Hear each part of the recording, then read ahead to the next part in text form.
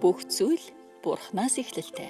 Америкийн нэгдсэн улсын Вашингтон ДС хот дахь Энэрл Христийн Монгол чуулган зорилгоор удирдуулсан амьдрал номыг албан ёсны эрхтэйгээр монгол хэлэнд хөрвүүлэн та бүхэнд хүргэж байна.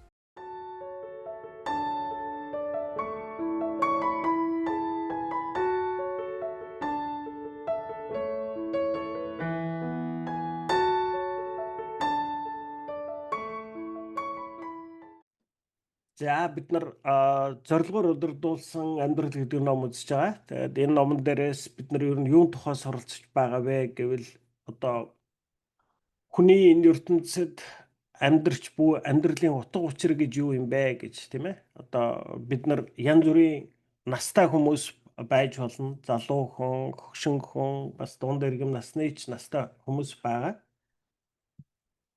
Гэхдээ яг одоо бодит үнэн бол юу вэ гэвэл одоо яг 100 жилийн дараа гэхэд, тийм ээ, бидний хинэн чинь ертөнцид байх. Өнөөдөр бидний амьдралд энэ л хамгийн чухал шүү. Энэ л одоо ерөөсөө энэгүй л бол болохгүй гэсэн гэд бид нар бүгдээрээ л нэг маш чухал юм хөөцөлдөж, маш том амьдралын хойноос амьдарч байгаа мэт байдаг. Гэхдээ яг үнэндээ бол хүний амьдрал гэдэг богинохон бидний энэ амьдрах энэ ертөнцид байх хугацаа бол хязгаарлагдмал. Тэгэхээр энэ ертөнцид бид нар одоо яг юуны хойноос юуг чухал гэж үзээд яг юунд амьдралаа зориулж амьдрах ёстой юм бэ, тийм ээ? Одоо хүнд өгөгдсөн тоотой хитгэн энэ насны амьдралыг, тийм ээ, ингээд дэмий хоосон зүйл эсвэл ерөөсөө ингээд те нөгөө бодит биш зүйлийн хойноос хөөцөлдөж яваад өнгөрөөчхөл үнэхээр харамсалтай, тийм ээ. Тийм учраас бид нар энэ номон дээрээс одоо за хүн нэг бүр энэ ертөнцид одоо бурхны хүслээр мэндэлсэн, тийм ээ. Одоо таныг, намайг энэ ертөнцид төрүүлэхийг бурхан төлөвлөж байгаа давчирсан. Яг энэ цаг үед яг ийм хүн, ийм эрэгтэй хүн, эмэгтэй хүн, ийм царай зүстэй, ийм өндөр намтай, ийм ээж аавтай байна. Ийм ах дүүстэй байна. Амьдралдаа чи яг ийм хүмүүстэй уулзаж учирч янз бүрийн харилцаатай байна гэдгийг бурхан тогтоосон гэсэн үг. Тэгэхээр энэ өгөгдсөн амьдралыг бид нар одоо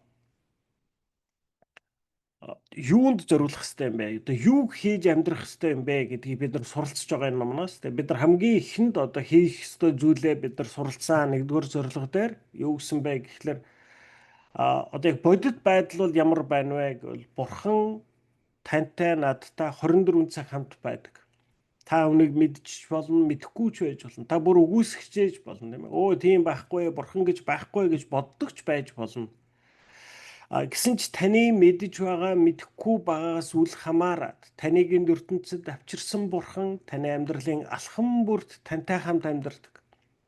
Тэгэхээр бидний амьдралдаа хийх ёстой хамгийн нэгдүгээр зүйл, хийж амьдрах ёстой хамгийн нэгдүгээр зүйл бол юу вэ гэвэл та бид нартай ингэж 24 цаг хамт байгаа бурхантай хамт байж амьдарч, хамт амьдарч, амьдралаа хуваалцаж, тийм ээ, амьдралын алхам бүрт бурхантай хамт амьдрах нь энэ ертөнцид бидний амьдрахтаа одоо хийх ёстой хамгийн нэгдүгээр зүйл байна. За хоёрдугаарх нь одоо бид нар хоёрдугаар зорилгыг суралцж байгаа. Хоёрдугаарх нь бид нар энэ ертөнцид амьдрахдаа бурхны гэр бүлийн гишүүн байж амьдрах. Одоо бидний энэ ертөнцид хийх ёстой зүйл юм аа гэж суралцж байгаа. Тэгээд одоо өөрөөр хэлбэл бид нар хоёрдугаар зорилгыг үзээд явж байна. Тэгээд бид нар 16 дугаар өдрийн хичээлийг эхлээд орхисон. Тэгээд одоо би тэр үзээд зогссон хүртэлх тэр хэсгээ хүртэл хамтдаа уншъя. Хамгийн чухал зүйл 1-р Коринт 13-ийн 3 би юу ч хэлсэн, юунд ч итгэсэн, юу ч хийсэн гэсэн надад хайр байхгүй бол энэ нь ямар ч хэрэггүй юм аа гэсэн. 2-р Иохан 1:6 бурхан хайртай байна гэдэг түүний тушаасны дагуу амьдрах юм аа. Та нар эхнээсээ сонссончлон түүний тушаал нь хайрын амьдралаар амьдрна гэсэн. Амьдрна гэдэг нь хайрлна гэсэн үг. Бурхан өөрөө хайр учир энэ дэлхийд байх хугацаанд танд сурахыг хүсэж байгаа хамгийн чухал зүйл бол бусдыг хайрлах юм аа. Бид хайрлахтаа л түүнтэй хамгийн төстэй болдог ба Түүний бидэнд тушаасан бүх л тушаалуудын суурь нь хайр юм. Хууль бүхэлдээ нэг л тушаалд багтана. Галаат 5:14. Чи бусдыг өөрийн адил хайрл гэсэн. Хувийн хичээдэг зан чанараа даван туулж бусдыг хайрлаж сурна гэдэг амархан бишээ. Учир нь бусдыг хайрлах нь бидний ганц өөр дөрөө төвлөрсөн мөн төрхийн эсрэг үйлдэл юм а. Тийм учраас бидэнд бусдыг хайрлаж сурахад бүтэн амьдрал өгөгдсөн. Мэдээж хэрэг Бурхан биднийг хүн нэг бүрийг хайрлаасаа хэмээн хүсдэг хэдий ч түүний гэр бүлийн гишүүдийг хайрлаж сурахыг онцгойлдог. Бид энэ бүлэгт судалж байгаагийн дагуу энэ нь таны амьдралын 2 дахь зорилго юм а. 1-р Петр 2:17-д Бурханы хүмүүсийг онцгойлон хайрл хэмээн загсан бол Пол Галаат 6:10-д хэрв бидэнд хэн нэгэн туслах боломж байвал тусалцгаая. Харин бид итгэлийн ах дүүстэй онцгой анхаарал хандуулах ёстой гэж уриалжээ. Бурхан яагаад биднийг Христэд итгэгч ахын дүүстэй онцгой анхаарал тавьж илүү хайрлахыг шаардаад байгаа юм бол тэднийг яагаад нэн тэргүүнд тавих ёстой гэж. Учир нь Бурхан бүхнээс илүүгээр өөрийнхөө гэр бүлийг бие биенээ хайрладаг хайраараа бусдад танигдаасаа хэмээн хүсдэг. Есүс биднийг итгэл үнэмшлийн зарчим урсгалаараа бус харин бие биенээ хайрлсан хайраараа дэлхийд гэрчлэгдээсэй хэмээн хүсдэг юм а. Тэрээр Иохан 13:35 та нарын бие биенээ хайрлах хайр чинь энэ ертөнцийн өмнө та нарыг миний дагалдагч нар мөн гэдгийг батлах болно гэсэн. Бид мөнхийн улсад Бурханы гэр бүлтэй баяр баясгалантайгаар үрд хамт амьдрна. Харин энэ ертөнцид байхдаа бид мөнхөд хайрлахад өөрсдөө бэлтгэхийн тулд амаргүй хүнд ажлыг хийх ёстой болно. Бурхан бидэнд гэр бүлийн үүрэг хариуцлагыг өгч хамгийн түрүүнд бие биенээ хайрлахад сургадаг юм а. Бурхан биднийг бусд итгэгчтэй ойр нөхөрлөх нөхөрлөөр дамжуулан бусдыг хайрлах чадварт суралцахыг хүсдэг. Бусдаас өөрийгөө тусгаарлал бас хайрлахуд суралцаж чадахгүй шүү дээ. Тиймээс бид ярьшигтай, алдаа дутагдaltaй, цөхрөнг бармаар хүмүүстэй байнга харилцаж байж л хайрлахад сурна. Нөхөрлөөр дамжуулж бид 3 чухал үннийг мэдэж авна гэж. За. Бид нар өнгөрсөн доног энэ хүртэл үзээд зогссон байгаа. За тэгээд одоо энэ уртлын хэсэгтэр ер нь өнгөрсөн доногт бид нар юу ярьсан бэ гэдэг нэг товчхон дурдъя, тийм ээ. Тэгээд өөрөөр хэлбэл за одоо би түрүүлээ, тийм ээ. Та нар итгэжч байсан, итгэхгүйч байсан, тийм ээ. Та нар мэдчихж байсан, мэдэхгүйч байсан. Бурхан та бидний хүн нэг бүрийг төлөвлөж байгаад өөрийн хүссэн цагт энэ ертөнцид авчирдаг. Танд өөрийн тогтоосон дээр амьдрах өдрүүдийг л өгдөг. Хүний энэ ертөнцид амьдрах насыг хүн өөрөө уртасгаж богиносгодгүй. Энэ бол Бурхан л тогтоож өгдөг. Бид нар өнөөдөр эрүүл хоол идээд зөв амьдраад л урт насалчин гэж бид нар боддог. Эрүүл хооллоод одоо ингээд биеийн тамирын дасгал хийгээд зөв одоо амьдрах хэм маягтай байх нь сайн.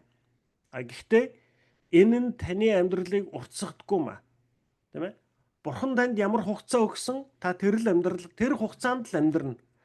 Тэр эрүүл хооллох одоо ингээд зөв амьдралын хэмнэл чи юунд хэрэгтэй юм бэ гэвэл таныг тэр Бурханы өгөгдсөн тэр насан дотор, тийм ээ, ямар эрүүл мэндтэй байхыг тань тогтооно гэсэн. Өөрөөр хэлбэл одоо танд 70 насыг өгсөн байна гэж бодъё Бурхан, тийм ээ. Бурхан 70 насыг л тогтоогоод өгч гэсэн.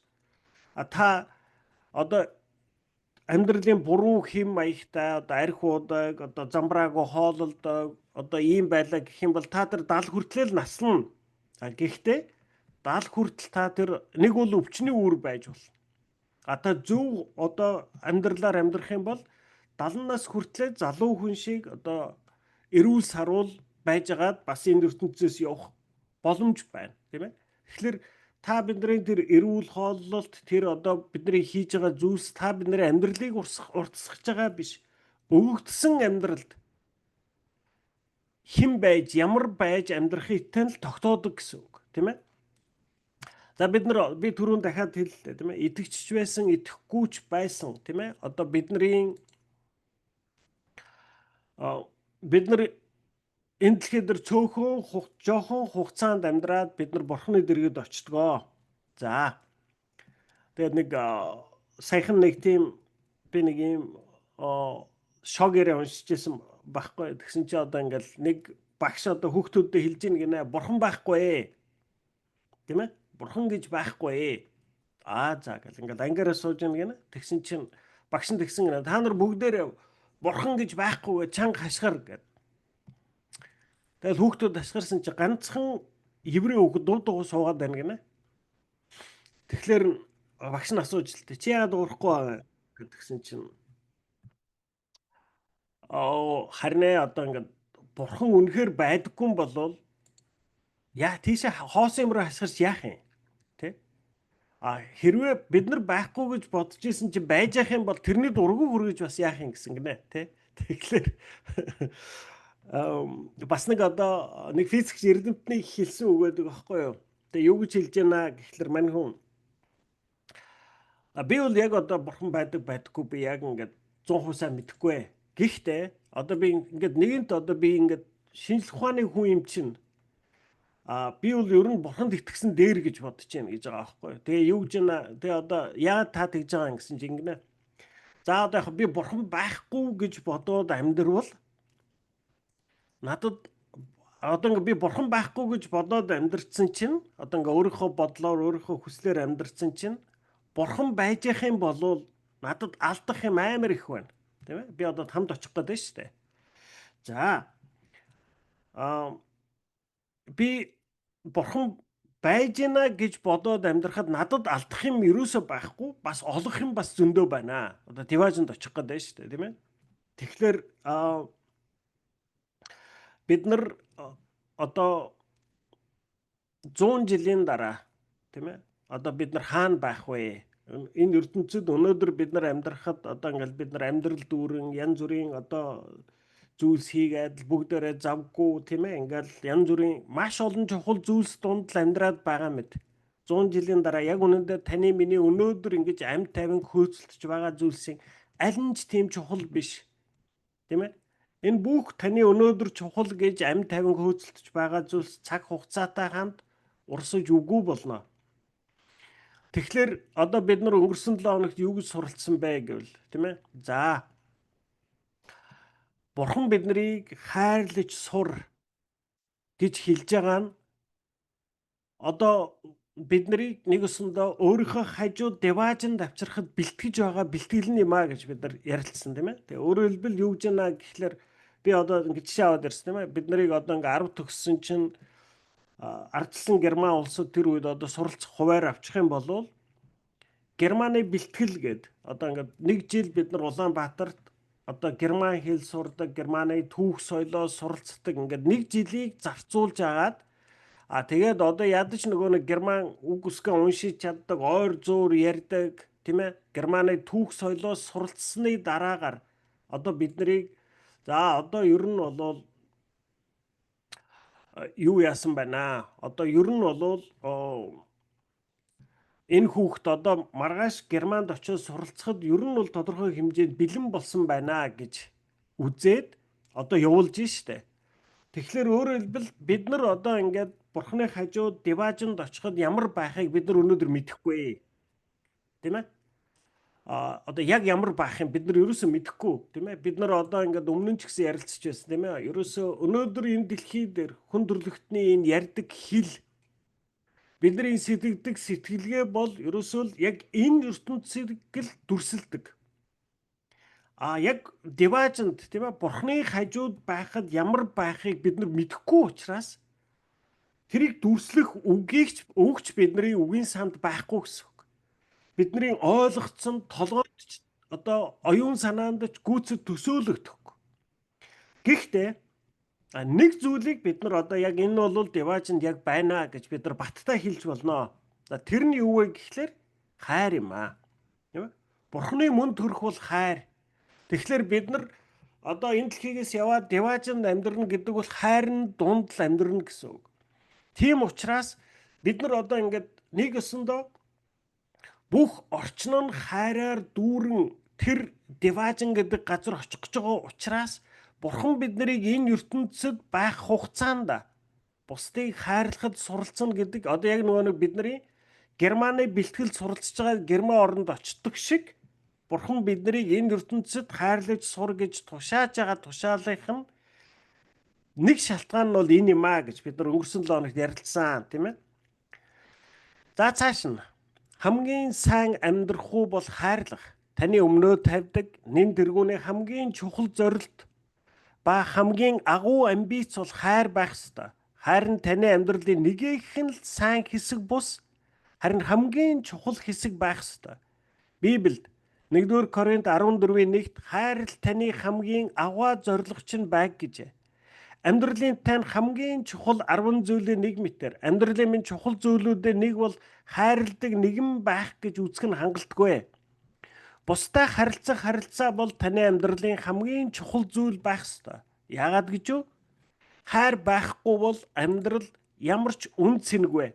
Пол энэ тухай 1-р Коринт 13:3-т би юу ч хэлсэн, юунд ч итгэсэн, юу ч хийсэн гэсэн надад хайр байхгүй бол энэ нь ямар ч хэрэггүй юм а гэж хэлжээ. Бид олонхтой бусдаа харилцаагаа цагийн хуваарийн хаанагтай шахаж оруулдаг зүйл мэт ханддаг. Бид хүүхдүүдтэй болон амьдрал дахь бусад хүмүүст зориулж цаг гаргах тухай ярьдаг. Өөрөөр хэлбэл хүмүүстэй харилцаа нь элдв ажлуудтай адилхан амьдралын тань нэг л хэсэг мэт харагддаг. Гэтэл Бурхан харилцаа бол амьдралын хамгийн чухал зүйл бөгөөд харилцаа байхгүй бол амьдрал ямар ч үн цэнэгүй гэж хэлж байна. Бурханы 10 хуулийн 4 нь Бурхантай харилцах бидний харилцааны тухай ба үлдсэн 6 тушаал нь бидний бусдаа харилцах харилцааг зохицуулсан байдаг. Үнэн дээр 10 хууль 10 харилцааны тухай ажээ.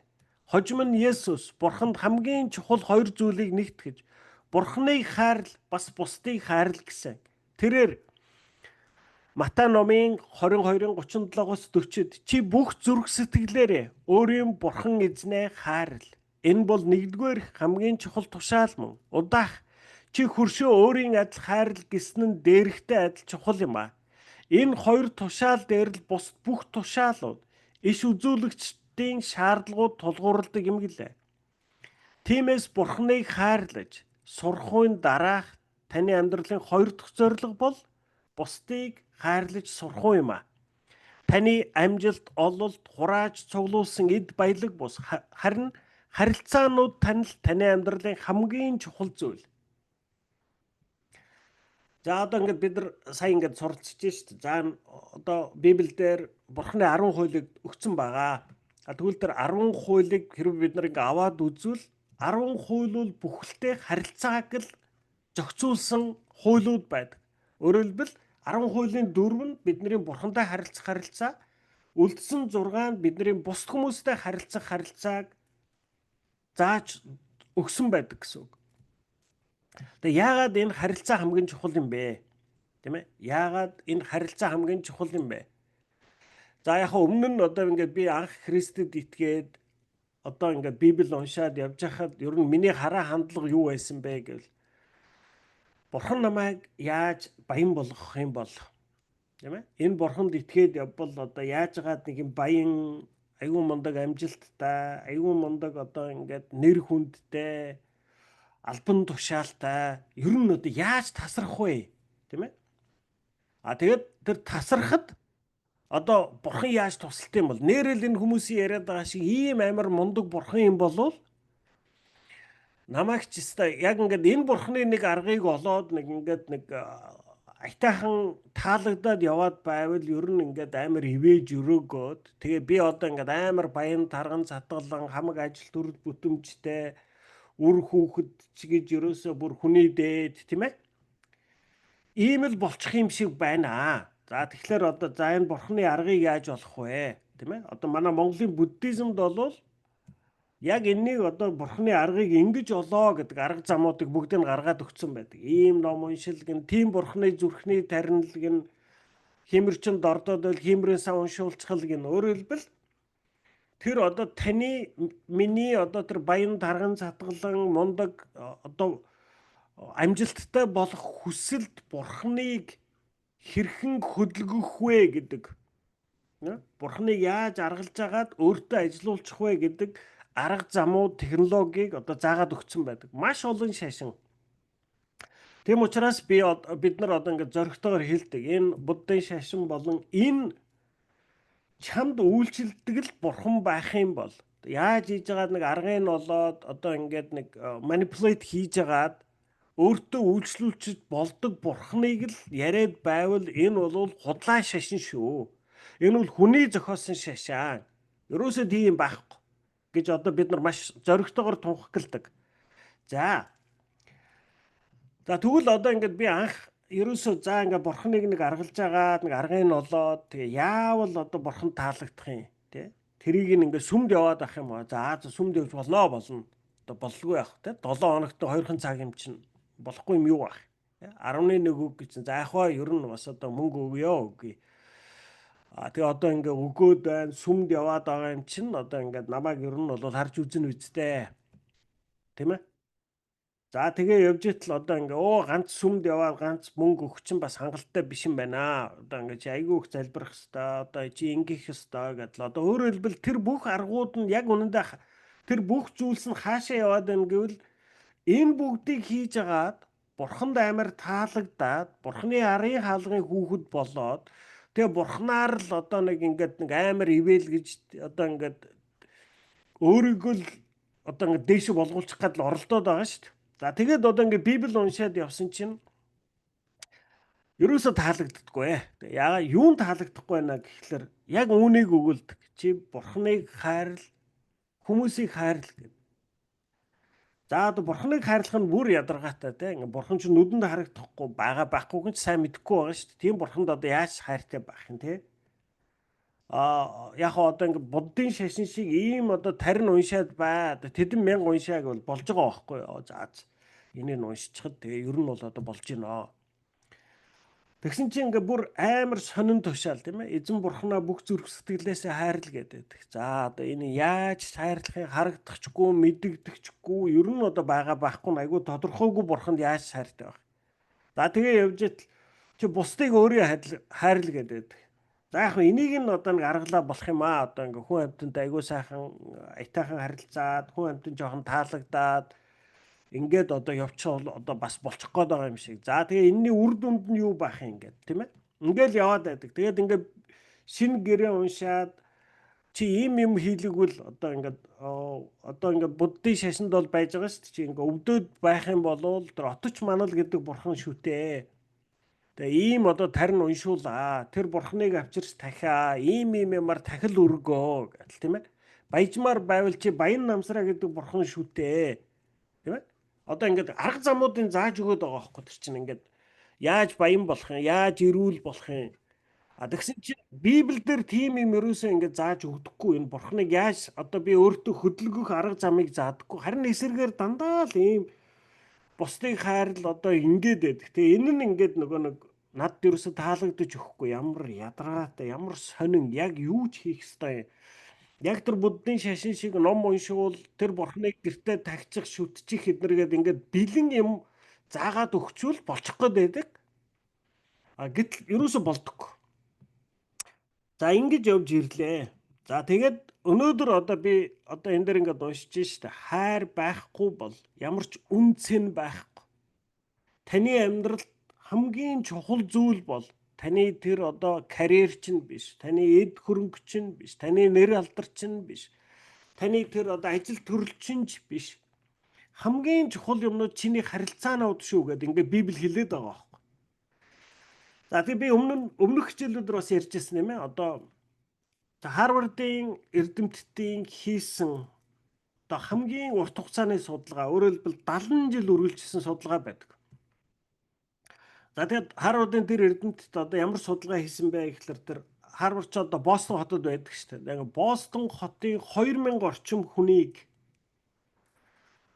хүмүүсийг одоо ингээд 70 жилийн турш хийсэн судалгаа. За тэгээд одоо болвол тэр үед жоохон байсан хүмүүс нь ер нь бол одоо айгүй цөөхөн хүлцсэн гэж байгаа байхгүй. Тэр нэг 70 жил хийсэн судалгаа юм чинь ихэнх нь одоо ингээд тэр үед 20-той 30-тай одоо 40-той байсан хүмүүс нь бүгдээрээ нас бараад байхгүй болсон.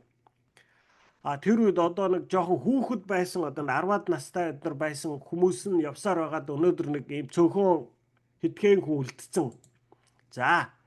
Тэгээ энэ бол одоо ингээд хамгийн олон жил хийсэн судалгаа гэдэг. За тэгээд ерөөсөө ямар судалгаа хийсэн бэ гэхлээр одоо нэг жил тутам юм уу тийм ээ тэднээс ингээд хүн болгоноос юм санал асуулга авдаг. За чи ер нь одоо хэр зэрэг чиний амьдрал ер нь ямар хуу байна? Чи хэр зэрэг одоо баяр хөөртэй байна? Чи одоо яг өөрийгөө хэр зэрэг аз жаргалтай байна гэж үзэх үү гэдэг тийм ээ.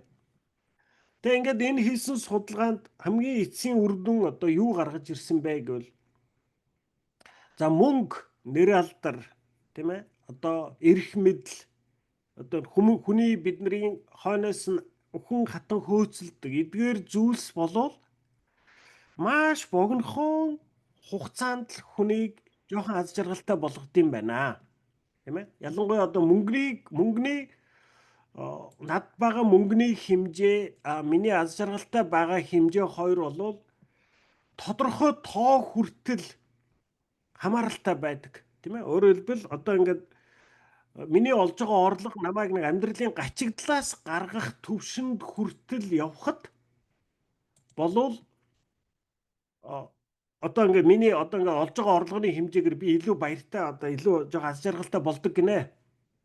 Явсаар байгаад миний ерөөс ингээд үндсэн хэрэгцээнүүд хангагдаад гачигдалгүй болоод ирчихлээр одоо өөрөөр хэлбэл одоо энэ Америкуудын гаргасан судалгаар бол нэг жилийн 100 мянгаад орчим доллар. За нэг 70-80 мянган доллароос 100 мянган долларын орлоготой бол ер нь бол одоо өөрөөр хэлбэл ингэх нь шүү дээ. Би одоо ингээд жилийн 80 мянган долларын орлоготой байхад би одоо жилийн нэг 20, 30, 40, 50 мянган долларын орлоготой байснаас илүү баяр хөөртэй болдог гинэ. За 80 мянган доллартай болоход одоо Америкт би ер нь бол тийм гачигдaltaгүй амьдардаг. Тийм ээ. Ерөөсөө тэр мөнгө төгрөнд нэг санаа зовхгүй, ер нь бол одоо яана хоолны мөнгө, тогны мөнгө, байрны мөнгө гэж санаа зовхгүй амьдрах боломжтой. За. Ийм төвшөнд хүрээд тэрнээс хоошоо одоо өөрөөр хэлбэл миний жилдээ 80 мянган доллар олж байгаа, 800 мянган доллар олж байгаа хоёрын хооронд миний одоо аз жаргалтай байх хэмжээ өөрчлөгдөхгүй болчдөг. Тэгэхээр өөрөөр хэлбэл мөнгө тэр нэр алдар эрх мэдэл бол миний үндсэн хэрэгцээг гачигдлаас гарах төвшөнд хүртэл бид нар шууд нөлөөлдөг гэсэн. Тэрнээс хойш нөлөөлөхөө болчдөг. Тэгээд энэ 70 жилийн судалгаа ерөөсөө юу гаргаж ирсэн бэ гэхлээр хүний аз жаргал болвол хүний чиний амьдралд байгаа харилцаануудтай шууд хамааралтай юм а гэж гаргаж ирсэн. Тийм ээ. Тэг өөрөөр хэлбэл юу гэж байна гэхлээр чиний амьдралд одоо ядаж нэг ширхэг тийм ээ ийм гүн гүнзгий утга учиртай ийм харилцаа байх юм бол та жилдээ 100 мянган доллар олж байгаа хүний байдаг төвшин аз жаргалтай болдог гэж байгаа байхгүй. Тийм ээ? Тэгэхээр бурхан үүнийг мэдэж байгаа учраас, бурхан та биднийг бүтээсэн учраас бурхан биднэрт ерөөсөн анханасаа яг л энийг л хэлээд байгаа байхгүй. Ганцөргөө за тэр эдэг хоол, өмсөх хувцас би одоо юу идэх вэ, юу өмсөх вэ одоо гэж битгий санаа зовоо. Тэдний чинь чамд би хэрэгтэйг мэднэ. Тийм учраас би чамайг тэр зүйлүүдэр чинь дутаахгүй, чамайг би ханганаа. Тийм ээ? Библиэлд яг тодорхой хэлсэн байгаа. Чи харин эхлээд миний үгийг л дааг. Тийм ээ? Чи миний хаанчлалыг л хай гэж хэлж байгаа. Миний үгийг л даг. Тэгээ бурхны үг юу гэж юм гэхэлэр чи эзэн бурхнаа бүх зүрх сэтгэлээсээ хайрл, хөршийгөө өөрийн адил хайрл гэсэн. Тэгэд энийг хэлэхдээ бурхан юу харж байна гэхэлэр чи миний энэ үгийг дагаад бусдыг хайрлахад суралцах юм бол сая чи энэ амьдралыг бүр нэг амьдрсан шиг бүрэн дүүрэн амьдрна. Чи энэ амьдралд аюу аз жаргалтай, баяр хөөртэй амьдрна. Хэрвээ чи үүнийг хийж чадахгүй байх юм бол чи хичнээн сая доллартай байсан ч чиний зүрх сэтгэл гонигт чи ганцаардмал. Чи тийм ээ одоо ингээд өөрийн сэтгэлийн хоосрлыг дүүргэхийн тулд архиар одоо ингээд хар тамхиар аливаа мансуурлаар аливаа зугаа цэнгэнээр л чи тэр одоо хоосон зайг дүүргэх гэж оролдсон ийм л аз жаргалгүй хүн болж хувирна. Тийм учраас Бурхан биднэрт энэ одоо хоёр дахь тушаал нь энэ бусдыг хайрл гэдэг энэ тушаал бол Бурханы төлөө гэхээс та бидний төлөө өгдсөн тушаал юм ба. Тийм учраас энэ дээр гарчиг хэлж шít. Хайр байхгүй л амьдрал ямар ч үнд цэнэггүй. Тийм ээ? Таны амьдрал үнэхээр гүн гүнзгий нэг ч гэсэн харилцаа байхгүй юм бол та хичнээн баян байгаад, хичнээн нэр алдартай байгаад, хичнээн эрх мэдэлтэй байгаад, та хичнээн амжилттай байгаад тэр чинь таныг дүүрэхгүй, таны сэтгэлийг дүүрэхгүй, таныг хов хүний хувьд бүрэн дүүрэн хүн болгож чадахгүй, таныг аз жаргалтай болгож чадахгүй. Тийм ээ? Таны аз жаргалтай байх, таны одоо ингээд амьдралд инээмсэглэж амьдрах хэсэг чинь юунаас хамардаг вэ гэвэл ерөөсөө таны амьдралд байгаа харилцаануудаас хамаардаг гэсэн үг. Бид нар өмнөх одоо номууд дээр ч ярьж байсан. Таны амьдралын чанар бол таны амьдралд байгаа харилцаануудын чанартай шууд хамааралтай. Үүнийг мэдж байгаа учраас Бурхан бидэнд яг энэ тушаалыг өгсөн. Чи хөршөө өөрийн адил хайрл. Яаж та амьдралдаа ийм гүн гүнзгий утга учиртай харилцаатай болдгийм бэ? Тийм ээ? Бид нар энэ амьдралд юу буруу хийдэг вэ гэвэл бид нар ингээд ихэнхдээ ингээд суучгаад тэгээ би өөрөө ингээд бусдыг амар ингээд нөгөө нэг бусдад ингээд гайхуулаад бусдын өмнө айгу мундаг гэдгээ харуулхлаар бусд хүмүүс намайг хараад гайхаад хөө ганцраг яасан мундаг хүн бэ гэд. Тэгээ надаа сайн болно. Тэгээ намайг одоо шүтэн тэгээд надаа хайртай болно гэж бид нар боддог. Хинч хэнийг тийм ээ ингээд одоо ингээд шүтүүлэх. Одоо ингээд би бусдад одоо ингээд ямар мундгаа харуулхтай зэрэг бусд хүмүүс намайг шүтээд надтай хайртай болдоггүй маа. Одоо та нар энэ нэг амьдралдаа харж үзэж мэдэж байгаа байлгүй дээ тийм ээ. Та бусдаа яаж харилцааг бий болгодог вэ гэвэл та өөрөө тэр хүнийг хайрлаж байж ижил танд жинхэнэ харилцаа бий болдог. Өөрөөр хэлбэл та өгч байж та бусдад хайрыг өгөх юм бол бусд хүмүүс таныг буцааж хайрладаг. Библиэлд тийм үг байгаа шүү дээ. Өгөх нь авахаасаа илүү ёроолтой гэж. Тийм ээ? Та бусдаас хайрыг авахаас та бусдад хайрыг өгөхөд тэр өгж байгаагаас чинь ирж байгаа ёроол нь таны авдгаас хамаагүй их юм а гэж. Өөрөөр хэлбэл Бурхан юу гэж хэлж байгааг бол чи бусдыг хайрлах юм бол сая чи өөрөө бусд хүмүүс чамайг хайрладаг болно. Чи бусдад мундгаа гайхуулж бусд хүмүүсийг одоо ингэж гайхуулхлаар хүмүүс надад хайртай болчихно гэж бид нар төсөөлөд байдаг. Тэр худлаа. Ерөөсө бусдыг жинхнээсээ та харилцаа тогтоох ганцхан арга зам байна. Энэ бол та өөрөө эхлээд бусдыг хайрлах явдал юм байна. Тийм ээ? Бусдыг анхаар, бусдыг хүлээж ав, бусдыг хувь хүний хувьд хүндэл, хувь хүмүүсийг байгаагаар нь хүлээж ав. Тэр хүмүүсийг ойлго. Тэр хүмүүст анхаарал сэтгэлийг зориул, цагийг зарцуул. Тэгж байж л та сая бусдаа харилцаа тогтоодог. Тийм ээ? Та хүнийг байгаагаар нь хүлээж авч ээж сая яг гүн гүнзгий чанартай харилцаа тогтоодог. Уучлаарай бидний энэ амьдралд хүн болгоно маш олон харилцаа байгаа. Гэхдээ яг үнэндээ ихэнх нь зүгээр л өнгөцгөн харилцаа л байдаг. Ерөөсө гүн гүнзгий утга учиртай харилцаа гэдэг бол маш ховор. Таны гүн гүнзгий утга учиртай харилцаа гэдэг чинь ямар харилцаа байдаг гэж?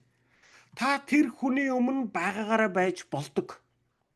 Тэр хүний өмнө тийм ээ баг өмсөх шаардлагагүй. Тэр хүнд та өөрийгөө сайн хүн шүү гэж хариулах шаардлага байхгүй. Та тэр хүний өмнө сайн муу сайхан ичгүр тийм ээ буруу гим бүгдийг нээгээд харуулсан чиг тэр хүн таныг яг тэр байгаар чи хүлээж авдаг ийм л харилцаа болвол жинхэнэ гүн гүнзгий утга учиртай харилцаа юм а. Ийм л харилцаа л бид нарыг аз жаргалтай болгодог. Тийм ээ? Тийм үг байдаг. Хүн болго ингээ хайрыг хайж амьдардаг гинэ. Тийм ээ? Гэтэл яагаад хайрыг олж чаддаггүй вэ гэхлээр тийм ээ бид нар бусдыг өөрөө хайрлах чаддаггүй тийм ээ бусдыг хайрлах чаддаггүй учраас таны амьдралд хайрын харилцаа байдаггүй.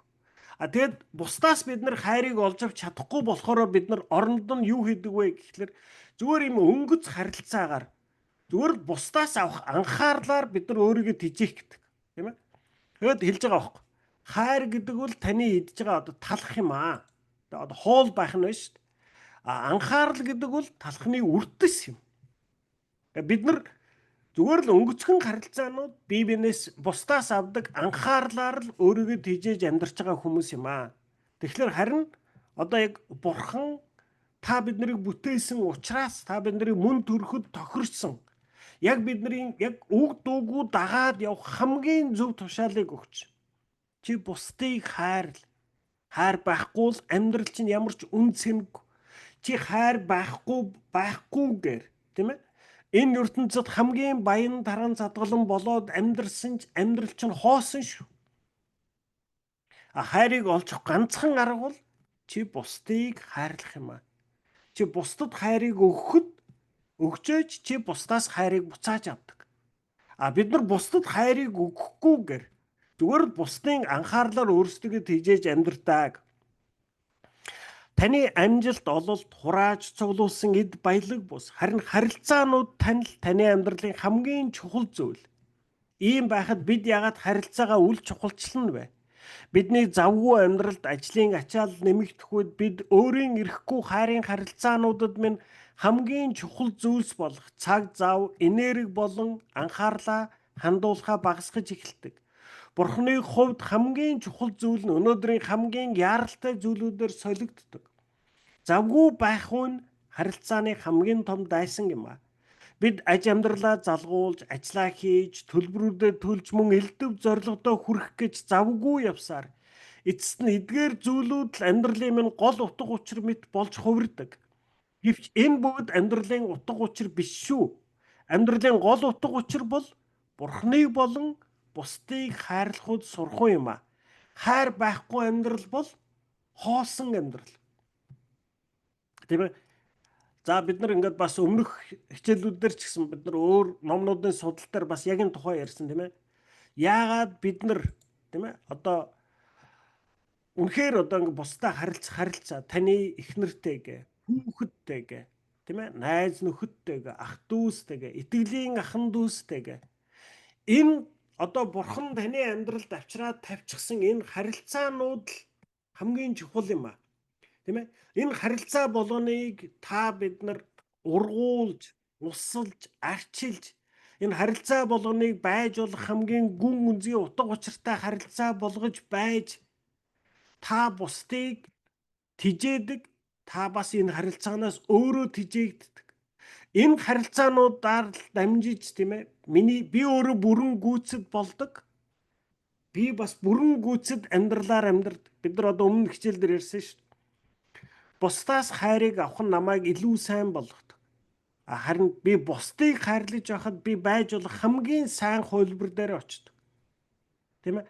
Бусдаас хайрыг авч байвал таны амьдрал сайхан болдог. Та бусдыг хайрлаж байвал та амьдрч болох хамгийн сайхан амьдралаар амьдрдаг гэж. Тийм ээ. Таны амьдралд байгаа харилцаануудын чанар таны амьдралын чанарыг тодорхойлдог. Гэтэл яагаад тийм ээ? Одоо бид нар ингээд хамгийн ойр хүмүүстэйгээ харилцах харилцаануудаа хайчаад мөнгө төгрөг энэ одоо ажил төрөлгээд ингээд бид нар ингээд бүх амьдралаа эдгээр зүйлст зориулцдаг юм бэ гэж тийм ээ? Яг хөө бид нар одоо ингээд олон философчдын үгийг унших юм бол бид нар гөөмө мөнхөн хүмүүс шүү л гэдэг тийм ээ? Тодорхой хэмжээнд үнэн. Гэхдээ бид нар энэ яагаад ингэдэг бол та бидний мөн төрхтэй холбоотой юм аа. Өөрөөр хэлбэл хүний тархинд юу яаралтай байна? Юу тулгамдсан байна? Хүний тархи тэдгээр зүйлстэл хариу үйлдэл үзүүлээд байдаг. Тийм учраас бид нар ингээд нэг мэдсэн чинь хамгийн яаралтай, хамгийн одоо ингээд тулгамдсан зүйлсүүдэд л бүх анхаарал цагаа зарцуулаад тэрийг л хамгийн чухал мэт амьдраад эхэлдэг. Таны хүүхдтэйгээ харилцах, ээж аавтайгаа харилцах, гэр бүлтэйгээ өнгөрөөх цаг, найз нөхдөйг ярих яриа харилцаа, тийм ээ. Эн чинь яаралтай байдаггүй.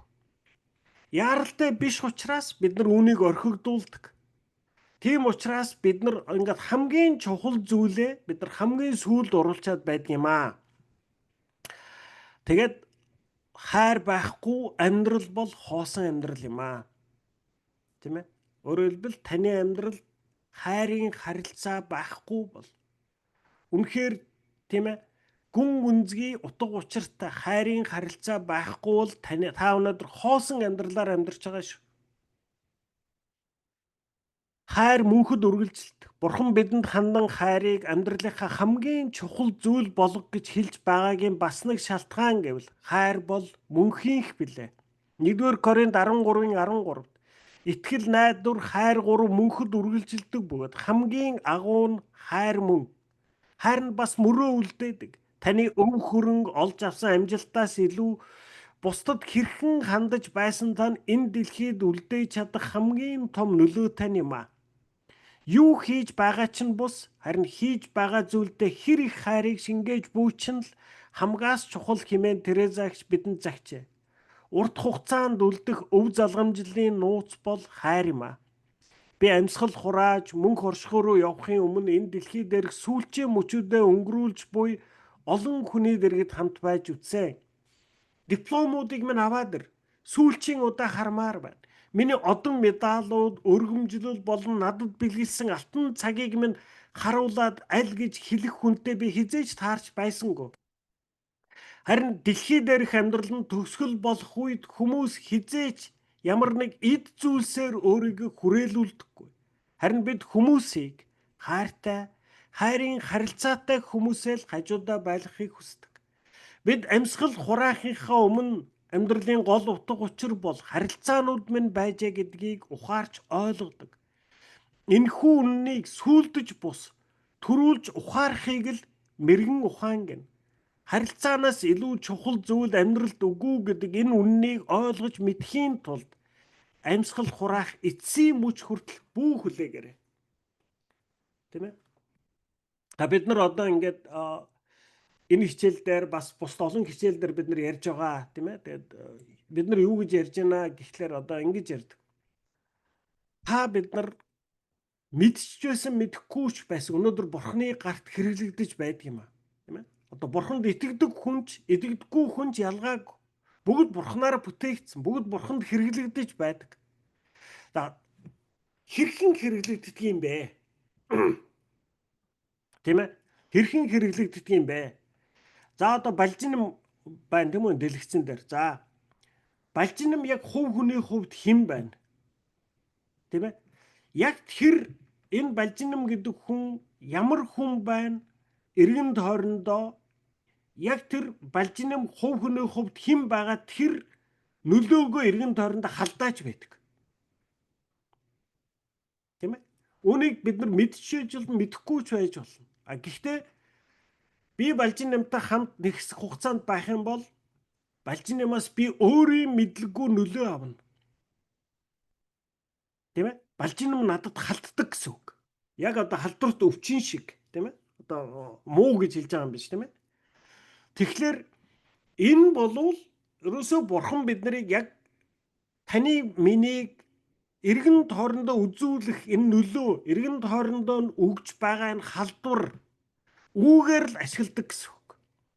Тийм учраас бурхан биднийг хэлэхдээ чи бусдыг хайрл, үүгээрээ чи надад үйлчилж байгаа гэдэг чинь хэрвээ би эргэн тойрондоо бусдыг хайрладаг байх юм бол би эргэн тойрондоо гэрлийг түгээдэг хүн байна гэсэн үг. Тэгвэл бурхан намайг гэрэл түгээлгэж л хэрглэж байна л гэсэн үг. Тийм ээ? Тэгэхээр одоо ингээд би одоо энэ дээр хэлж ийн л да. Одоо ингээд чиний би одоо эргэн тойрондоо янз бүрийн нөлөө одоо түгээж байгаа. За одоо сайн нөлөө бас байгаа байх гэж гордож байна. Бас муу нөлөөч бас байгаа. Би одоо яг ингээд ердийн нөхцөлд бол би ерөөхдөө одоо ингээд гайгүй тогтвортой зантай За яг ингээд тодорхой нөхцөл нь бүрдэх юм бол айгүй огцом ууртай их одоо уурлах юм бол надаас ер нь их муухай үгс гарна. Ер нь бол их тийм хорон бөгөөд хурц муухай уурладаг ийм зантай хүн. Тэгэхээр одоо ингээд би эргэн тойрондоо аав ээж ах дүүс одоо гэр бүл эхнэр хүүхдтэй ч гэсэн би бас үүгээрээ би хурц нөлөөлсөн л байгаа. Би одоо ямар нэг хэмжээгээр эргэн тойрныхоо хүмүүст миний энэ одоо ууртай энэ яг уурлах юм бол гарч ирдэг тэр хорон муухай тэр хүйтэн хатуу энэ зан чанар бол эргэн тойронд муу нөлөө үзүүлж байгаа тийм ээ. За ингээд гихчлэн тийм ээ одоо ингээд би эргэн тойронд янз бүрийн нөлөөд тарааж байгаа. За гэхдээ одоо энэ дээр нэг чухал хууль байна.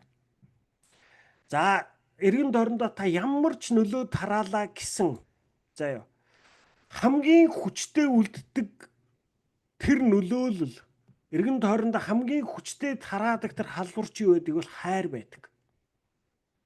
Тэр үзэн ядалт миний тэр уур хилэн юм уу үзэн ядалт тэр одоо муухай ааш илдв хорон зангаас илүү эргэн тойрондоо нөлөөлнө. Одоо айгуу муухай хорон ууртай ааштай зантай хүн бол эргэн тойрноо харанхуй болгоно, ер нь бараан болгоно, эргэн тойрныхоо уур амьсгалыг унгаана, тийм ээ. Айгуу тийм хорон уур амьсгалтай хүмүүс ч айлч байж л байдаг. Яагаад вэ? Тэр айлд тийм хүн байгаа учраас тэр айлд бас тийм хорон уур амьсгалтай болсон байна. Хэрв тэр айлд нэг хайраар дүүрэн хүн байх юм бол тэр айл ядууч байлаа гэсэн яваад ороход таатай, гэрэлтэй, гэгээтэй болдог. Тийм ээ? Тэгэхдээ та бидний энэ ертөнцид хүссэн хүсээгүй бид нар ингээд ганцхан сайн нөлөөг өгч чадахгүй, муу нөлөөг өгнөө. Одоо өгдгөө, удлаа ярнаа. Янз бүрийн муухай зан гарганаа. Одоо миний түрүү чи хэлсэн шиг эргэн тойрноо бид нар хүссэн хүсээгүй эргэн тойрныхоо хүмүүс сөрөг муу нөлөөг өгнөө, гомдооноо. Тийм ээ? Гэхдээ тэр муу нөлөөнүүд тэр одоо гомдол шархууд болвол ихэнхдээ богинохоо настай байдаг. Хамгийн хүчтэй үлддэг зүйл бол хайр байдаг. Одоо өнөөдөр манай аав байхгүй, манай аав ээж одоо энэ ертөнцид байхгүй. Гэхдээ би өнөөдөр ингээд өөрийнхөө сэтгэлийг амьдралаа эргээд харах юм бол би айгүй онцгойгоор би аавынхаа хайрыг маш тод сандаг. Тийм ээ? Одоо манай аав надад ямар хайртай байсныг би одоо ингээд нас өтлөх тусам би ингээд эргүүлээд би хумсралж эхэлдэг. Тийм ээ? Айгүйх мэдэрч байна. Манай аав надад хайртай байсан юм аа. Ингээл одоо ингээд би ингээд томоо залуу болсон баг. Манай аав ирээл ингээд намайг дандаа үнсдэг байхгүй. Тэгэл би ч надад ингээд за одоо гэлтэй ингээд том залуу байна шүү дээ. Тэгээ аав намайг ирээд ингээд үнсгэлэр чинь ингээд би нэг ингээд нэг жоохон тэ нэг ийм хариугүй хүүхэд шиг ингээ өөрийгөө мэдрэх гээд байна шүү дээ. Одоо ингээл за гэлтэй ингээл дургууд өхөн. Тэгээ би өнөөдөр ингээд амьдрсан амьдралаа эргээд харахад манай аавын намайг үнсчихсэн үнсэлт тийм ээ. Манай аав намайг надад ямар хайртай байсан бэ гэдгийг надад сануулдаг. Тэгээ би өнөөдөр өөрийгөө ч анзаардаггүй. Би ингээд хүүгээ би айгүй хүнсдэг. Тэгээ би энийг харахтаа манай аавын надад ингээд өгчээсэн хайр өнөөдөр би дамжаад би ингээд хүүхдэд өгж байгаа юм байна шүү дээ. Тийм ээ? Тэгэхээр өөрөөр хэлбэл юу гэж хэлж байна? Сая ингээд энэ дээр бид нарыг хайр мөнхөд үргэлжилдэг гэж байна шүү дээ. Тэгэхээр таны энэ ертөнцид амьдрахдаа эргэн тойрондоо өгсөн хайр чинь энэ ертөнцид алга болдоггүй маа. Дараагийн хүмүүсээс дамжаад энэ ертөнцид үргэлжилсээр байдаг. Тийм ээ? Тийм учраас энэ үйлбэр байгаа. Хайр мөнхөд үргэлжилдэг.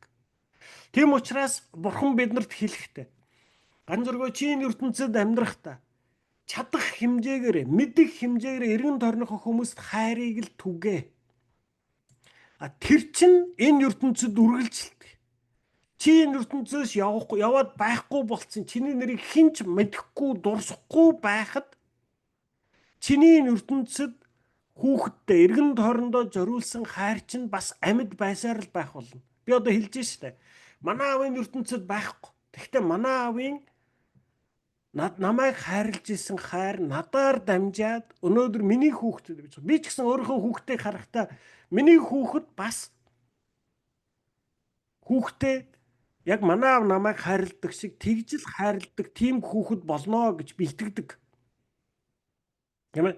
Өнөөдөр одоо манай хүүхэд ингээд 18 хүрсэн. Тэгээд би одоо ингээд нэг найзуудынхын дэргэд ингээд одоо ингээд явж байхдаа ингээд боддог байхгүй. За одоо ингээд нөгөө над шиг ингээд за би ингээд хүүгээ өнсвөл манай хүүхэд ичих болов гэл те. Тэгээ би одоо ингээд найзтай цог сургуулийн гадаа буулгах цагтаа ингээд би хэрэгэлцдэг байхгүй. За үнсийг гэхлээр одоо болох юм бол болохгүй юм болоо гэхлээр манай хүүхэд бүр ингээд сурцсан нэг ингээд манай хүүхэд одоо бүр амар том болцсон. Тэгээд нэг том бяруу шиг юм ингээд толгох хөөгөл надаар өнсүүлэл буудаг байхгүй юу. Тэ? Тэгээд энэ нь надаа ингээд нөгөө нэг намайг баярлуулдаг. Тэгээд энэ бүгдийн эхлэл хаанаас вэ? Манай ааваас. Тэгэхээр энэ хайр гэдэг бол та бидний энэ ертөнцид бусдад өгч чадах хамгийн үнэтэй бэлэг. Та энэ ертөнцид одоо би хэлдэг тийм ээ. Энэ хүн бол энэ ертөнцид амьдрахдаа 472 хүнтэй ийм харилцаа тогтоод юм аа гэж. Та энэ 472 хүн нэг бүрт хайрыг өгөх боломж байгаа. Тийм ээ. Таны энэ өгж байгаа хайр бол мөнхөд үргэлжилдэг. Энэ ертөнцид мөнхөд үргэлжилдэг. 2000 жилийн өмнөхөөс өнөөдрийн дэлхий хамаагүй хүнлэг болсон. Яагаад вэ? Энэ бол энэ 2000 жилийн турш амьдарсан хүмүүсийн хайруудын энэ үр дүнд энэ ертөнц өнөөдөр ийм хэлбэртэй болсон. 2000 жилийн өмнө Есүсийн ирээд хүмүүст түгээсэн хайр, Есүсээс тэр хайрыг авсан хүмүүсийн дараачихтаа өгсөн хайр нь 2000 жилийн дараах ертөнцийг ийм хэлбэртэй болгосон. Та нар мэдж байгаа шүү дээ. Есүсийг 2000 жилийн өмнө төрөхөд хүндрэлтний зугаа цэнгэл нь юу байсан бэ гэхлээр стадион дүүрэн хүн цуглуулж хаад одоо гладиаторууд хоорондоо байлдуулаад бие нэг алж байгааг харж баярладаг. Ийм л ертөнц байсан. Есүсийг цовдлоход тэр хотоороо цугласан гэж. Яг л тэр хотын одоо цирк ирсэн юм уу нэг жүжиг кино болж байгаа шиг хотоороо явж үздэг үзүүр нь ерөөсөө тэр байсан байхгүй. Тийм ээ. Өөрөөр хэлбэл 2000 жилийн өмнө хүмүүс бид нар ямар хүйтэн хэрцгий байсан байна вэ? Яагаад өнөөдөр 2000 жилийн дараа бид нар ийм болсон бэ? Энэ бол энэ 2000 жилийн турш хүмүүсийн дунд бий болсон энэ хайрын үр дүнд өнөөдрийн ертөнц энэ хэлбэрийг олсон л гэсэн. Тэгэхээр хайр мөнхөд үргэлжилдэг юм аа. Та бидний бие биендээ өгч чадах хамгийн том бэлэг бол хайр юм аа. Тийм ээ. Нэг өдөр тийм ээ одоо та энэ ертөнцид амьдраад явж байхдаа эргэж хараад жавзмаа надад тийм сайхан үгийг хэлж байсан. Шагаа надад үнэхээр сэтгэлээсээ тэгж тусалж байсан. Энэ гэрэлт дурсамж, энэ л таныг гэрэлтүүлдэг, энэ л таныг дулаацуулдаг, энэ л таны амьдралыг гэрэл гэгээтэй болгодог зүйл. Тийм ээ. Та бидний бусдад өгч чадах хамгийн үнэтэй бэлэг бол хайр юм. Чин сэтгэлийн хайр. Чин сэтгэлийн хайрыг хүн андуурдаггүй маа. Тийм ээ. Би одоо ингээд худлаа зусардаж чаднаа. Худлаа дүр үзүүлж чаднаа. Хүнийг худлаа магтаж чаднаа. Тэгэхдээ би одоо шагааг ингээд амар магтахад шагаа миний надтай яриад сууж байхдаа ганц нэг үнэн хэлж гэнэ үү худлаа хэлж гэнэ үү гэдгийг мэдэрдэг. Тийм ээ. Хэнийг ч яг үнэндээ бол ингээд бид нар зусардаад аргалж чаддгүй шүү. Яг үнэндээ. Тийм ээ. Тэгэхээр хүнээс жинхэнэ гарч байгаа хайрыг бол хүн андуурдаггүй. Тэр жинхэнэ та хүнд жинхнээсээ хайр өгөх юм бол тэр хүнд хамгийн хүчтэй нөлөөг үзүүлдэг. Тийм ээ. За бид хайрлсан хайраараа үнэлэгдэх болно гэж. Хайрлаж сурахыг амьдралынхаа гол зорилго болгох ёстой 3 дахь шалтгаан бол бид мөнх орших үед орохдоо амьдралд минь хэр их хайр байснараа шалгагдан үнэлэгдэх болно. Бурхны бидний сүнслэг төлөвшлтийг хэмждэг нэгэн хэмжүүр бол бидний бусдаа харилцах харилцааны чанар юм а. Мөнхийн улсад Бурхан биднээс ажлын амжилт, дансан дах мөнгөний хэмжээ болон хийх дуртай зүйлсийнхаа тухай яриач хэмээн хэлэхгүй. Харин түүний оронд тэрээр бидний бусдад хэрхэн хандаж байсныг, тэр дундаа ядаж зүдэрсэн нэгэнтэй хэрхэн харьцаж байсныг минь харах болно. Есүс бидэнд өөрийг нь хайрлна гэдэг нь түүний гэр бүлийн гишүүдийг хайрлаж, тэдний хэрэгцээнд анхаарал тавих явдал юм гэдгийг Матай 25:40 үннээр би та нарт хэлье. Та нар гэр бүлийн минь хамгийн дорд нэгэн тийхүү хандсан бол надад хийсэн хэрэг хэмээн хэлж байна.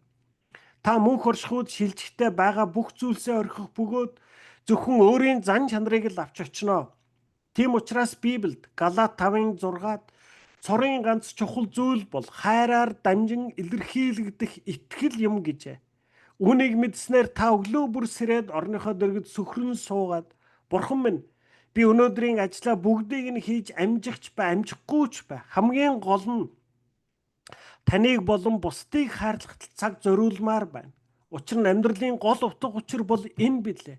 Би энэ өдрийг хий дэмий үрмээргүй байна хэмээн залбираарай. Хэрв та зүгээр хий дэмий үргэх юм бол Бурхан танд яагаад дахин нэг өдрийг өгөх ёстой гэж.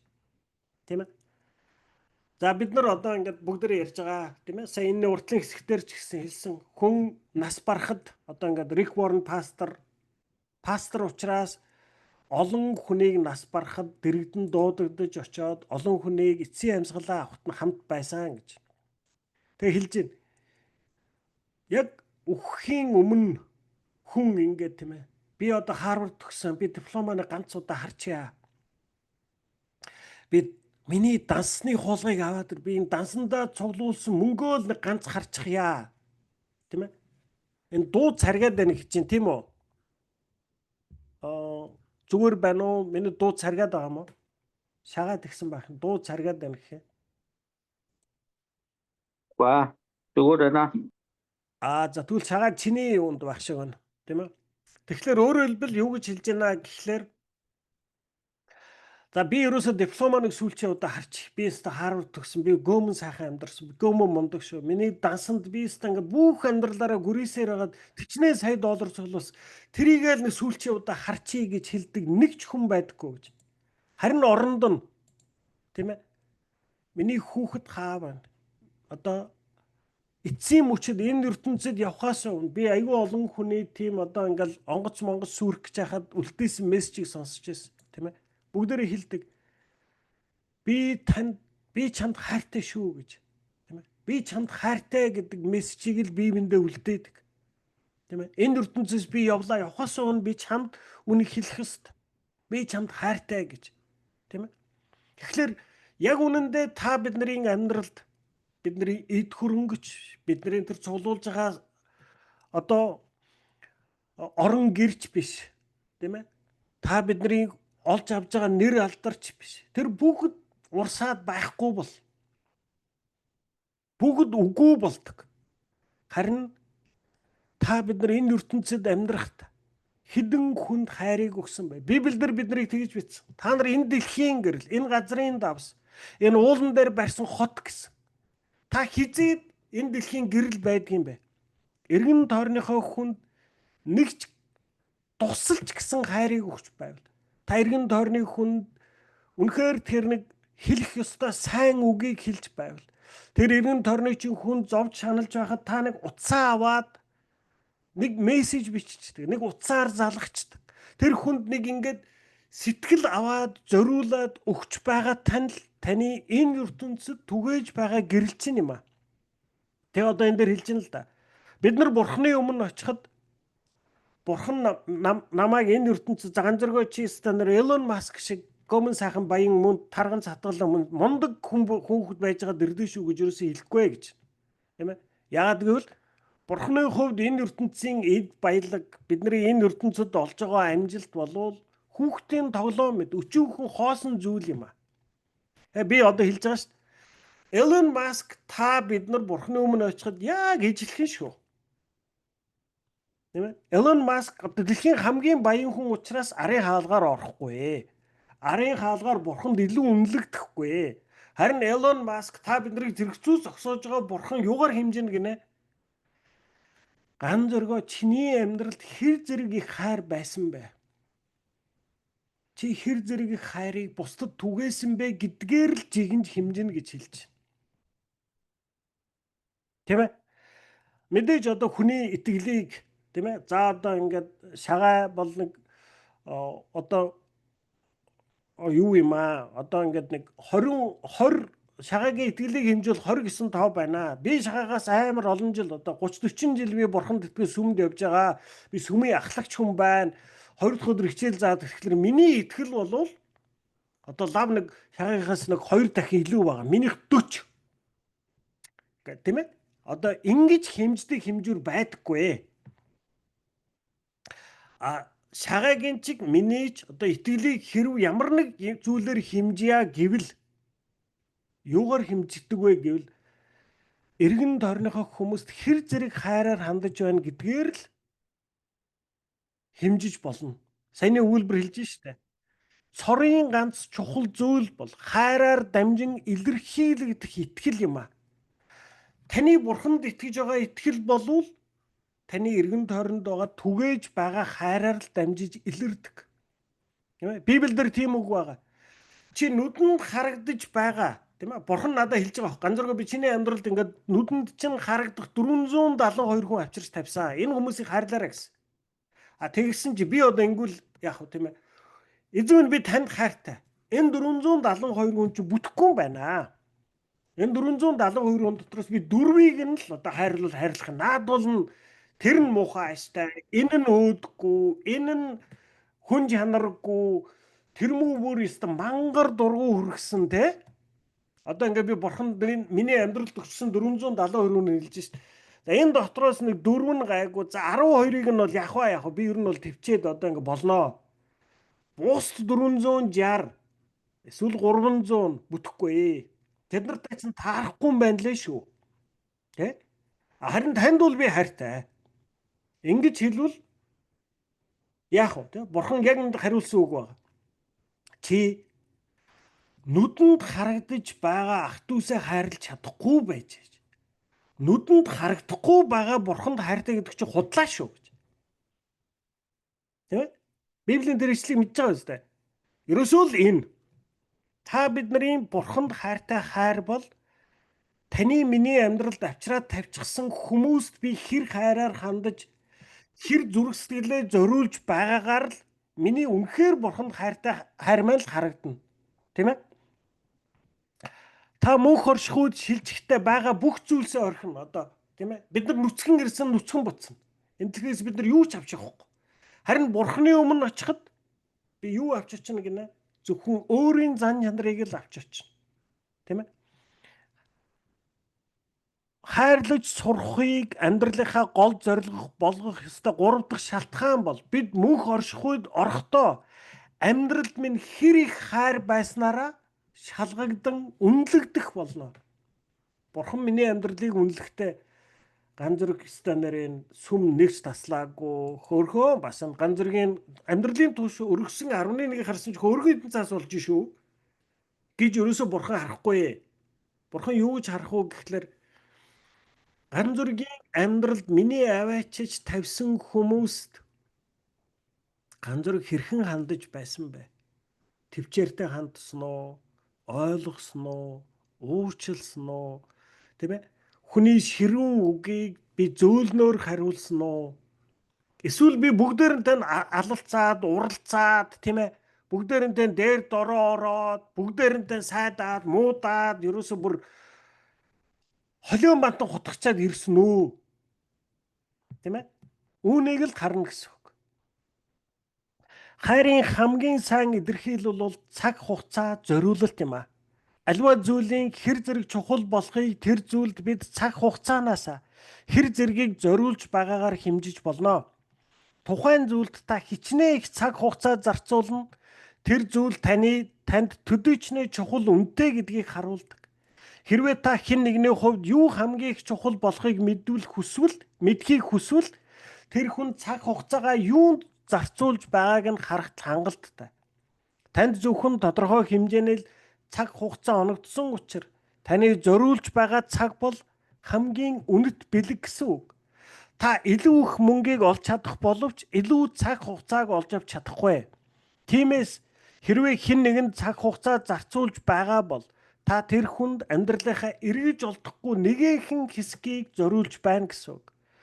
Таны амьдрал бол танд өгөгдсөн цаг хугацаа л учраа хэн нэгэнд өгч болох хамгийн үнэт бэлэг бол таны цаг юм аа. Миний бусдаа харилцаанууд чухал шүү гэж хэлэх нь хангалттай биш ээ. Учир нь хоосон үг ямар ч үн цэнэгүй байдаг. Бид харилцаанд цаг хугацаа зориулж байж л түүнийг чухал гэдгийг баталдаг. 1-р Иохан 3:18 хүүхдүүд минь бидний хайр зөвхөн үг яриа төдий биш.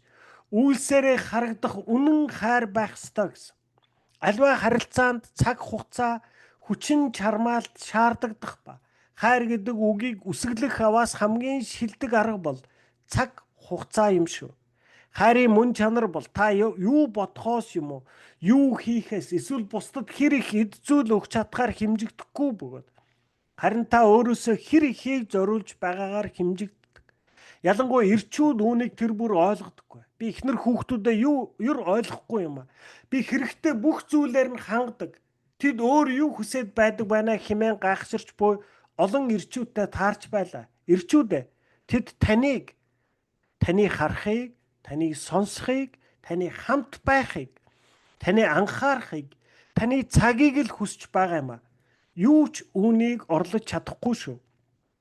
Хайрын хамгийн дээд бэлэг бол очир алмаз, сарнай цэцэг эсвэл амтд шоколадны аль нь ч биш ээ.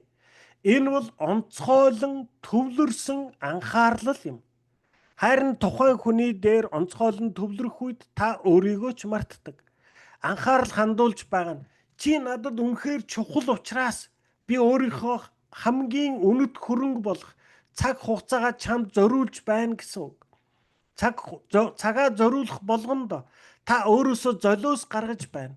Хайрын амин сүнс бол золиос юм аа.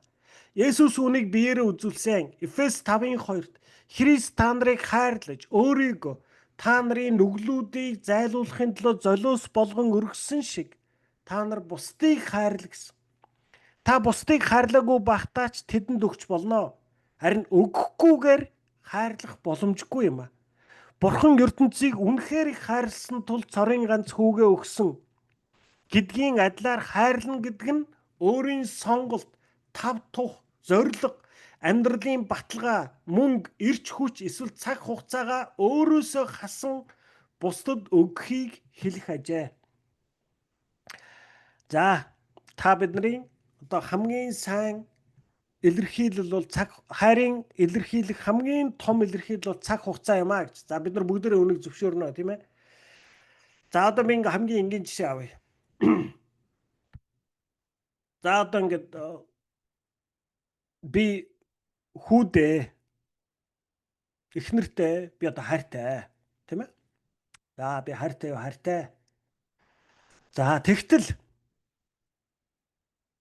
би одоо эхнэртэй, хүүхэдтэй хэр зэрэг цагийг зарцуулдаг вэ? Би утсан дээр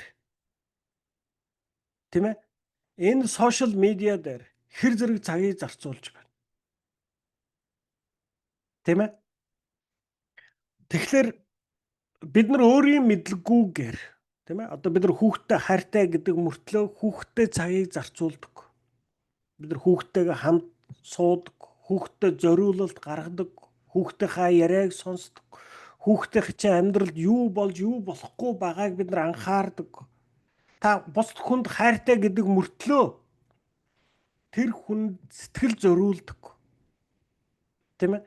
Тэр хүнд цагийг зарцуулдаг. Тэр хүний төлөө таны сэтгэл өвддөг. Тэр хүнийг баярлахад нь хамт баярлж чаддаг. Тэр хүнийг гутрахад нь та дагаад таны сэтгэл уруу болдог. Ийм атлаа би чамд хайртай гэж хэлж байгаа бол энэ бол худлаа юм аа л гэж хэлж байгаа. Хайр гэдэг бол зориулалт тийм ээ. Түрүү энэ дээр энийг өгүүлбэр хэллээ шүү дээ. Та хайрлахгүйгээр бусдад өгч болно. Гэхдээ өгөхгүйгээр хайрладаггүй. Хайр гэдэг бол өгдөг.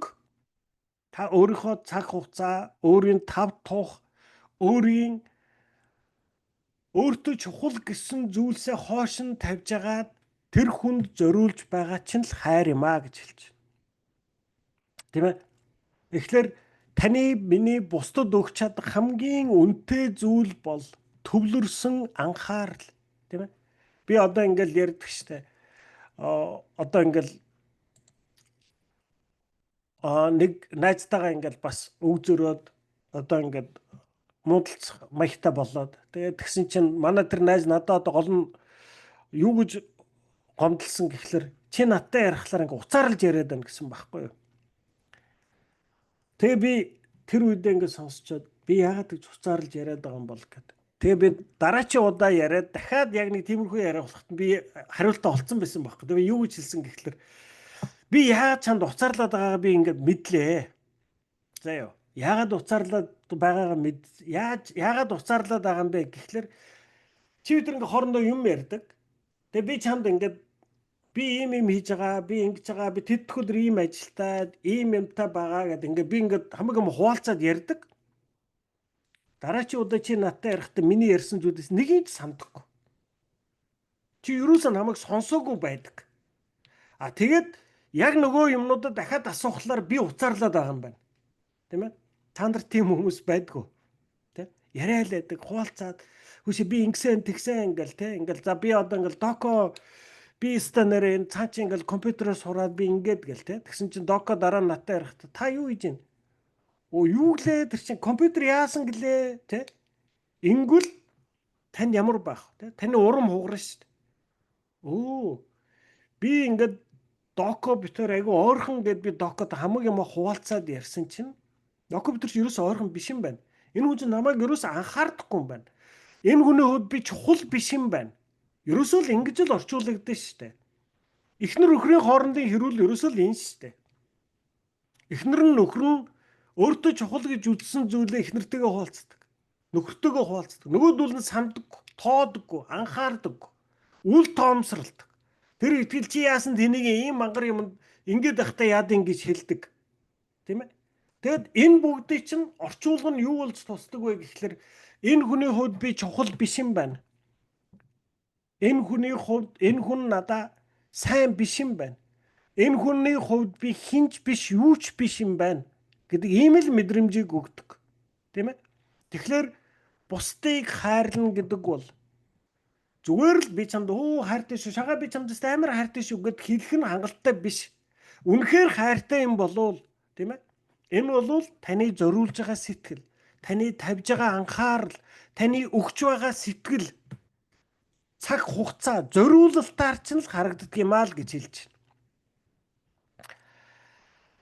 Хайрлах хамгийн тохиромжит цаг бол яг одоо. Заримдаа бид чухал биш гэж бодсон зүйлээ хойшлуулсаар байдаг. Харин хайр бол хамгийн чухал зүйл бол нэн тэргуунд тавигдах ёстой. Библиэд энэ тухай удаа дараа давтан Галаат 6:10-т тиймээс бид боломж гарах болгонд хүн нэг бүрт сайныг үйлдэцгээе гэсэн. Эфес 5:16 сайныг үйлдэх боломж болгоныг ашиглаарай гэсэн.